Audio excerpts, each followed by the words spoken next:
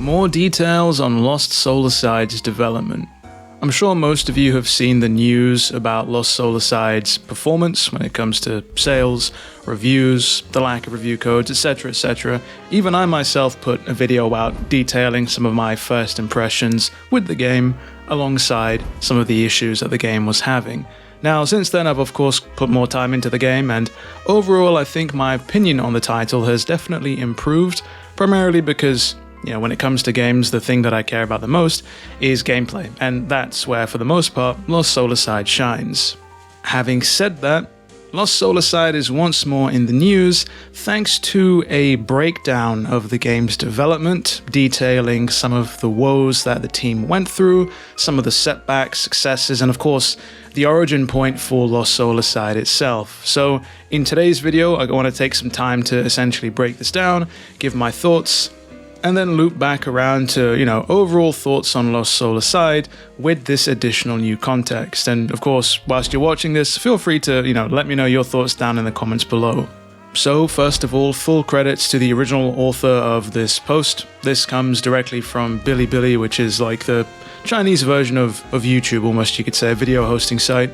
Not originally in English, but it's been translated, so we'll do our best to circumnavigate some of the localization errors here. But starting with 2014, after watching the trailer for Final Fantasy Versus 13, which feels like a dream, right? How long ago that game was, ultimately ends up being FF15, of course. Yang Bing, the main developer of Lost Solar Side, began to form his own vision of what an ideal game would be. And with this in mind, he goes on to teach himself the mechanics of making a game, advanced design work, modeling, the Unreal Engine, programming, and more. Which I think personally is an admirable thing to do. Seldom do people, have a dream and then go ahead to take the steps to enact it. Most times people just, leave a dream being a dream. The post goes on to state that in 2015, Yang Bing is still learning how to put together a game, but at this point he's also participating in technical discussion groups, both domestically and China, and of course abroad as well. What exactly that means, I'm not 100% clear, but it sounds as though he's basically going out there and discussing with people the efficiencies behind putting together a game and, trying to ultimately improve. And then, by the middle of 2016, Yang Bing goes on to release a short film that he had spent the past 2 years making with Unreal Engine, which is the first sort of 5-minute prototype trailer that people saw. This was meant to be a portfolio piece, something that was meant to help him land a job, but it eventually ended up becoming incredibly popular. So much so, in fact, that several domestic game studios actually approached Yang Bing in hopes of collaboration, with him ultimately going with Sony. And the post here goes on to clarify that the reason that he decided to pick Sony was not only because it's a worldwide recognized brand, but also because he just didn't want to make mobile games, which at the time a lot of domestic companies in China were sort of focusing on. This leads to roughly a year later in 2017, with the help of Sony, the founding of Ulti-Zero Games. I guess this is the demarcation point where this dream ends up becoming a product with, business in mind. It's no longer Yang Bing himself just working on a passion project, and now there's an actual team behind it, albeit there's apparently only less than 5 people working on the project at this time. Fast forward another year to 2018, and Lost Solar Side has finished its pre-production process and is now about to enter full production. In this same year, during Gamescom, Yang Bing attends, of course, and over apparently a couple of weeks, he decides to build a small boss fight vertical slice for attendees to play.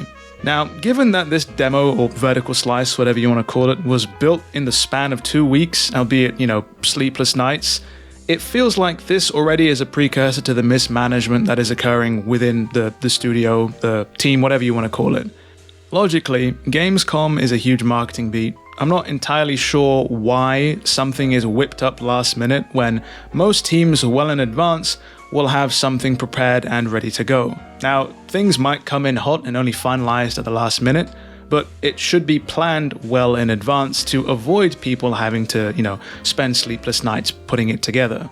It also sounds like Yang Bing is still doing the majority of the work here. It mentions that the team here had grown to be roughly 10 members, but Yang Bing was the one that built the demo. Sounds peculiar, and things only get stranger. At the end of 2019, Lost Soulside apparently hits a major bottleneck. The original plan for the game was for it to be completely open world, but the team wasn't able to handle it. Whether it was, lack of budget, whether it was inexperience, they just couldn't do it. This was despite the fact that, of course, the team had doubled in size to around 20 people. As a result of this challenge, the game is effectively massively de-scoped in the following year, with a lot of the plans scrapped and things being rebuilt from the ground up. The team at this point is sitting around 30 members, but the post actually details that a lot of the people that had been hired were from people with mobile game experience or newcomers who were effectively learning on the job, which ultimately I think is commendable. Hopping into such a monumentous task with not having as much experience and kind of just giving it a go and cracking on is no easy feat. The next 3 years seem rather tumultuous. Obviously we have the health scare with the lockdown, which means that people are working from home. Most people end up sort of finishing their portions of the project, sending them to Yangbing, and then he'd obviously compile them himself. It seems like this period of time, which is rather arduous and full of uncertainty, resulted in a lot of people quitting and ultimately going on to join other companies, with the post detailing that people were using Alt-Zero as somewhat of a stepping stone for their career. Honestly though, I don't think that this is exclusive to Alt-Zero. I don't think there's any game studio out there that wasn't somewhat affected by the lockdowns. But by summer of the same year, people were back in the office, production was back in full swing again, and the team had grown to around 40 people. And the reason that I keep mentioning the number of people on the team will become relevant just a little bit later on in the video, so stay with me there. 2024 sees Sony actually step in for once and request a set of script changes, and apparently writers who'd worked on God of War Ragnarok and the Horizon series had helped directly with this, and it looks as though the narrative was just basically smashed together. Originally there was supposed to be roughly 10 different chapters or levels in the game, and they've effectively been halved, structured into 5 much larger chapters. And of course, looking at the timelines of how the game's progressing, the decision was made to effectively delay the game. Now, during this period of time, there was basically a huge PR scandal surrounding the game and the studio, which I might delve into another video if you guys want to. But effectively, the game saw a huge backlash domestically in China. At one point, Sony stepped in, and eventually Alt-Zero and Yangbing sort of clarified the situation, but the damage was effectively done. For the next few months, from the end of 2024 to 2025, the revised script was completed, cutscenes were created, and dubbing had begun. PS5 was the priority, and having played the PS5 version of the game, seeing the struggles of the PC version, that sort of tracks, that makes sense. It's a shame that there was a disparity between the two, but the post details that they had hoped to optimize the PC version, but they found working with Unreal incredibly difficult. And funnily enough, the demo that obviously we saw before release was apparently stuck in Sony's review process for roughly 2 months, only literally being approved the day before release, which, as I've said, sometimes things come in hot, right? But that seems like it's cutting it incredibly close. Now, the rest of the post seems primarily objective, with the user kind of giving their opinion on things, but some of the things that I do want to highlight are apparently the estimated cost of the game, which is said to be roughly 50% of Stellar Blade's budget, which is absolutely insane when you consider the scale of both games and what Lost Soulside ultimately was trying to achieve. If anything, Lost Soulside definitely was under-resourced in my opinion.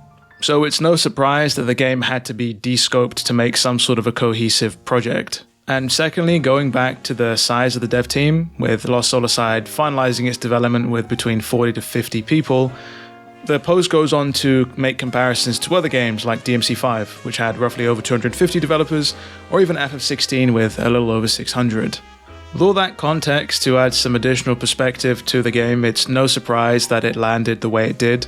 It definitely needed either more time, more polish, potentially more budget, or even just more manpower, more people working on the game to get it into an amazing state. I guess there's an argument to be made as to whether or not this is like a real AAA title. I certainly don't think so, and ultimately I think it's commendable that they've actually come out with a product that they did. And that's primarily only thanks to, in my opinion, the combat. As you get deeper and deeper into the game and more of the combat opens up, it genuinely feels fun to play. Would I rank it above something like DMC, for example? No, probably not. I think for me, nothing is gonna unthrone that series. Likewise, if you're super into Ninja Gaiden or if you're into Bayonetta, I don't think that this game is gonna dethrone those games for you either, but it still is a solid action title. It also dispels the notion that this game took, 11 years to make, when quite clearly for a large portion of time, the game wasn't in full production, and then also a large part of the production was scrapped entirely, with them having to basically start from the beginning again. Having said that, how do you feel about Lost Soul Aside? Having this additional context, has it changed your opinion on the game? Let me know down in the comments below. And with that, we come to the end of today's video. If you enjoyed it, found it interesting, do be sure to leave a like and consider subscribing for more Lost Soul Aside. With all that said and done, it has been me, DevilNeverCry. I'd like to thank all of you for watching, and as always, I'll see you all next video.